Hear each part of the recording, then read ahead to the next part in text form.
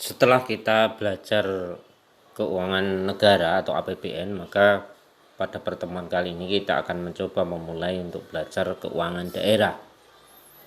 Nah, sebelum kita belajar keuangan daerah, kita perlu tahu bahwa negara kita itu adalah negara kesatuan, ya, berbeda dengan negara serikat. Di negara kesatuan itu hanya terdapat satu pemerintah pusat yang memegang kedaulatan baik ke dalam maupun kedaulatan keluar. Kemudian negara kita itu memilih opsi desentralisasi, yaitu sistem pemerintahan di mana daerah itu diberi sebagian kewenangan untuk menyelenggarakan urusan pemerintahannya sendiri atau disebut dengan otonomi daerah. Ini sistem desentralisasi khususnya setelah era reformasi. Nah, implikasi atau akibat dari penerapan sistem desentralisasi ini, maka daerah-daerah diberi hak otonom. Selain itu, daerah juga diberi hak kewenangan untuk mengelola keuangan daerah. Sehingga dalam rangka otonomi daerah, pemerintah daerah diberi hak untuk mengelola keuangan daerahnya sendiri. Lalu apa yang dimaksud dengan pengelolaan keuangan daerah?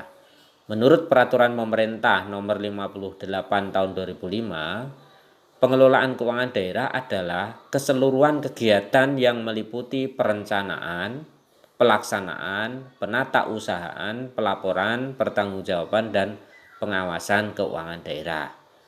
Nah, secara umum keuangan daerah itu sering diartikan dengan APBD atau Anggaran Pendapatan dan Belanja Daerah.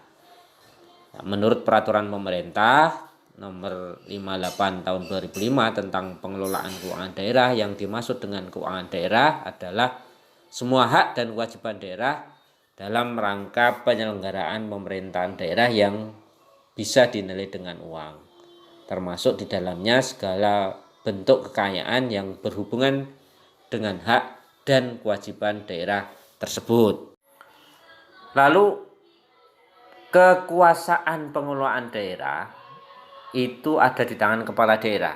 Ya, kalau di tingkat provinsi ya gubernur, di kabupaten kota bupati atau wali kota selaku kepala daerah, selaku kepala pemerintah daerah dan mewakili pemerintah daerah dalam kepemilikan kekayaan daerah yang dipisahkan. Nah, kepala daerah dalam keuangan daerah ini memiliki beberapa hak. Satu, hak untuk menetapkan kebijakan pelaksanaan APBD. Jadi kebijakan pelaksanaan APBD itu salah satu haknya. Yang kedua, menetapkan kebijakan tentang pengelolaan barang daerah. Yang ketiga, menetapkan kuasa pengguna anggaran atau barang. Yang keempat, menetapkan bendahara penerimaan dan atau bendahara pengeluaran. Kelima, menetapkan pejabat yang bertugas melakukan pemungutan penerimaan daerah. Yang keenam, menetapkan pejabat yang bertugas melakukan pengelolaan utang dan piutang daerah. Yang ketujuh, menetapkan pejabat yang bertugas melakukan pengelolaan barang milik daerah. Dan yang kedelapan, menetapkan pejabat yang bertugas melakukan pengujian atas tagihan dan memerintahkan pembayaran. Lalu asas pengelolaan keuangan daerah. Jadi keuangan daerah itu harus dikelola berdasarkan asas-asas tertentu.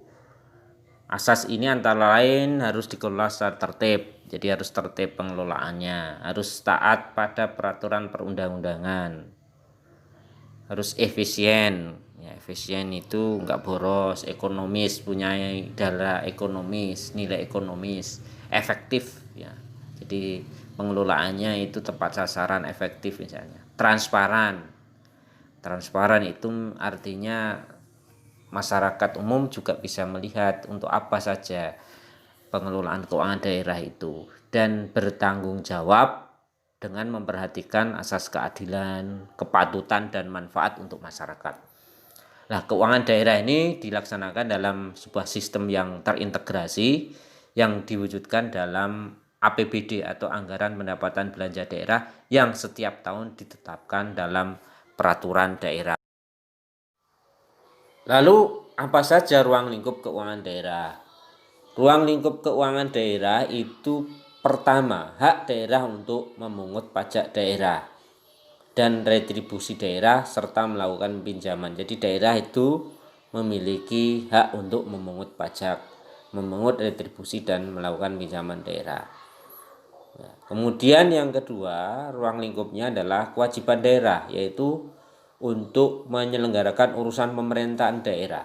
Jadi daerah itu wajib menyelenggarakan urusan pemerintah daerah yang diberikan oleh pemerintah pusat dan membayar tagihan pihak ketiga.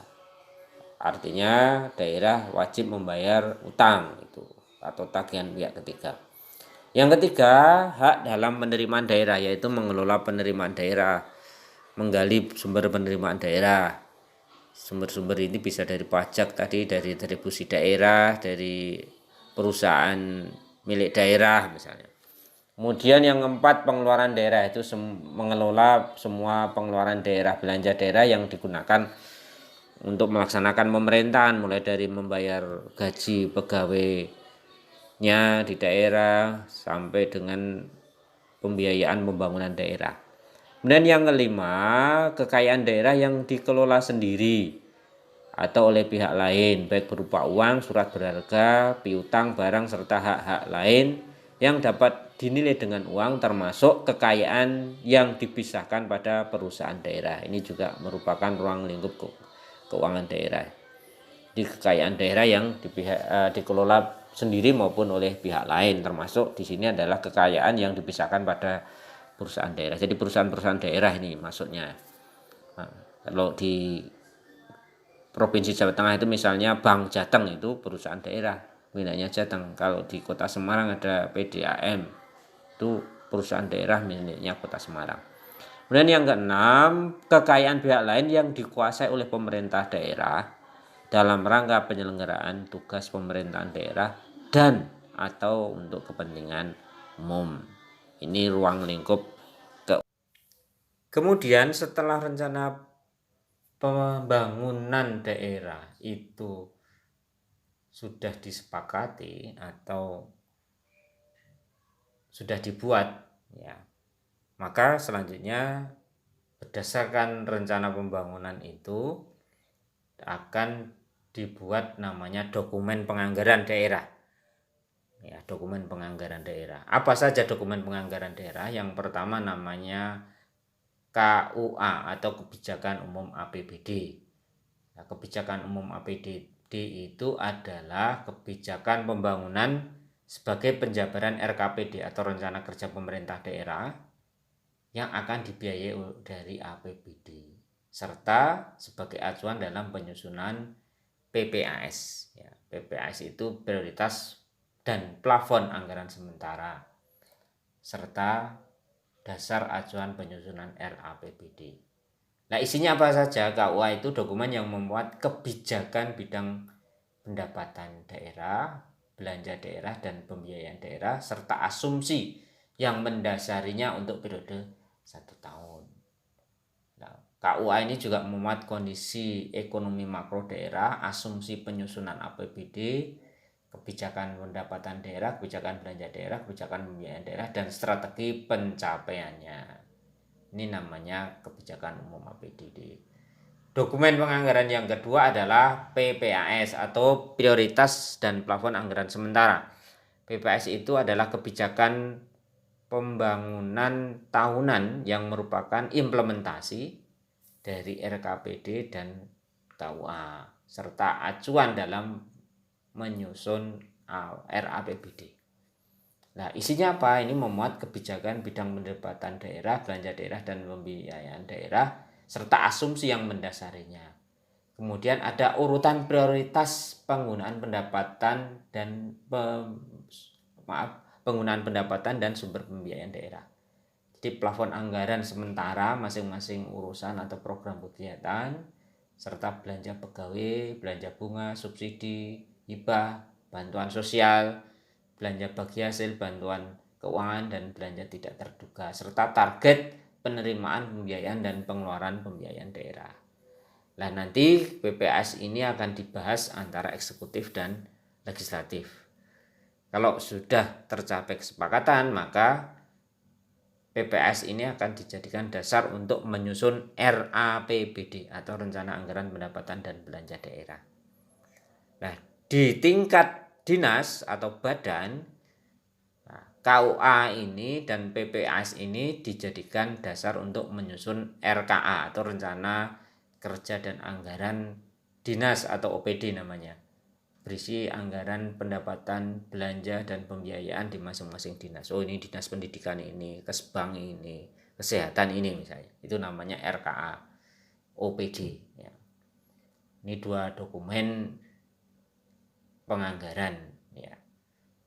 Kemudian setelah dibuat dokumen itu akan disampaikan ke DPRD, akan dia bahas bersama, dan jika disetujui maka akan ditetapkan menjadi APBD atau Anggaran Pendapatan dan Belanja Negara APBD, Anggaran Pendapatan dan Belanja Daerah.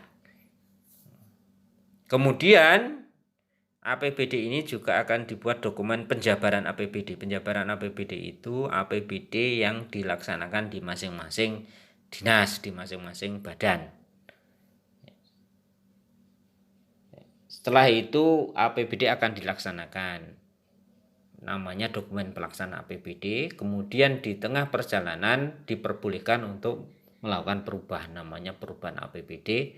Dan setelah dilaksanakan maka harus dibuat laporan, namanya laporan pertanggungjawaban APBD. Itu adalah dokumen-dokumen penganggaran daerah yang menjadi acuan nanti dalam penyusunan APBD. Nah, semua jenis perencanaan itu dihasilkan melalui 3 cara. Yang pertama itu cara partisipatif, yaitu melibatkan partisipasi masyarakat melalui proses musrenbang.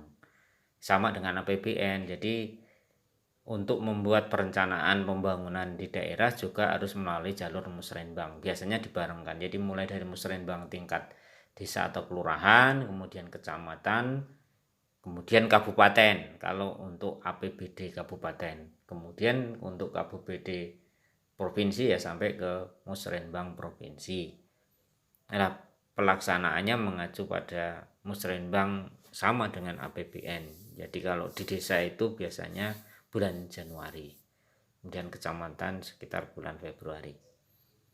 Itu musrenbang, itu cara partisipatif untuk menampung masukan-masukan partisipasi masyarakat di dalam pembangunan. Kemudian cara yang kedua teknokratis, yaitu masing-masing OPD atau dinas itu juga membuat rencana kerja sendiri, ya, rencana kerja sendiri, rencana pembangunan sendiri yang dibuat oleh tenaga ASN yang ada di OPD masing-masing. Itu namanya teknokratis. Kemudian yang ketiga politis. Jadi setelah melalui musrenbang, kemudian juga dipadukan dengan perencanaan yang dibuat oleh para birokrat di dinas atau OPD, maka selanjutnya akan digodok di Dewan atau DPR bersama-sama dengan pemerintah daerah. DPRD itu akan menggodok rencana kerja pembangunan daerah. Nah, kalau disetujui nanti akan menjadi dokumen. Baik itu dokumen di tingkat pembangunan jangka panjang atau RPJP daerah, RPJM daerah, dan RKPD untuk periode 1 tahun. Ini dalam alur penyusunan perencanaan pembangunan di daerah.